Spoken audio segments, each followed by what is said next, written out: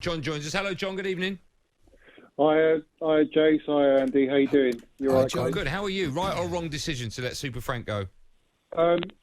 Look, for me, I wanted Frank in all the way. I want to say on national radio right now, I want to thank Frank for everything he's done for us, not just as a player, but as a manager. I want to thank him, and he's laid all the foundations for us for our future, and I just want to thank him for that because I love him. He's one of us, and in my opinion, he deserved more time.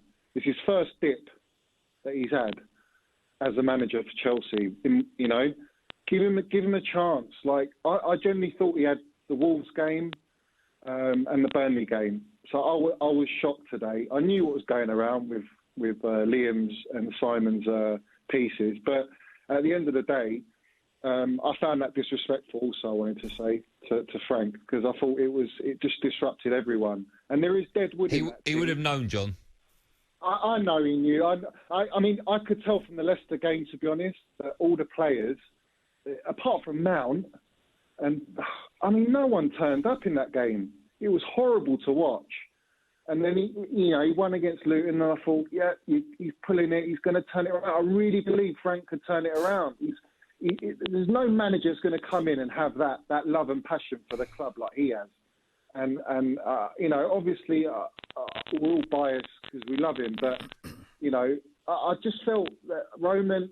I really felt he was going to change the dynamics and the model of the club and actually want to build something like United are doing. Why? What makes you think that would have happened, John? That's never happened at your club under Roman. I know it's never happened, but I think football's evolved in such a way that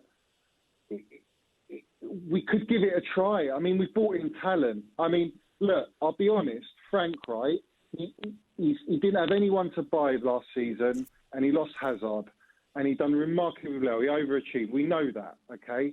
But I think when he lost the FA Cup, I felt a little bit worried.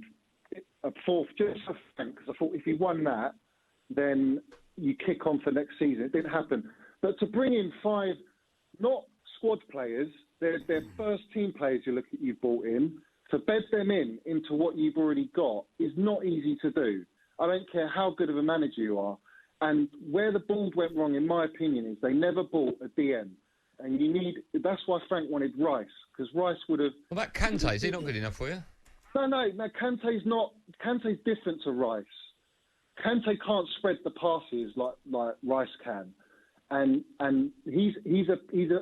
understand and I can see why Frank wanted Rice. I think he's a pivotal player to how he wants to play. And Tuchel, don't think Tuchel's going to come in. Yeah, but John, you're saying we wanted Rice. He spent £250 million and he couldn't get it right. How much money do you want to give him to spend before he gets it right? Yeah, but Andy, we didn't spend last season, and don't forget we got money from Morata and we got money from Hazard. So really, our net spend has been just over 120 million, if I'm right. Okay, well, you tell me how much he should spend. He spent £250 million. Yeah, but you've got financial fair play. So, really, in January, if they were backing Frank, Jason, you've got to back me on this. Well, the problem we've got because there is so much money spent, and rightly so, the expectation levels rise. Mm-hmm. Okay? That's just how it works.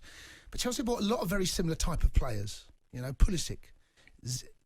He had to come in for a replacement eventually for Hazard.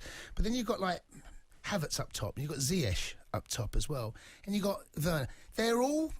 I think they needed something a little different. For example, Acosta. I'm using that because, he was someone that was a little different up top. Even Luis Suarez we were talking about earlier. Someone with I just feel as though there's... Okay, where, in the formation that Chelsea play, where is Havertz's best position? Frank couldn't quite get to grips with it. Just going back to what you said, what was his best formation? Talk about positioning. Depends who's playing. Yeah, but he didn't know his best 11. But if you for me, Havertz has to play 10.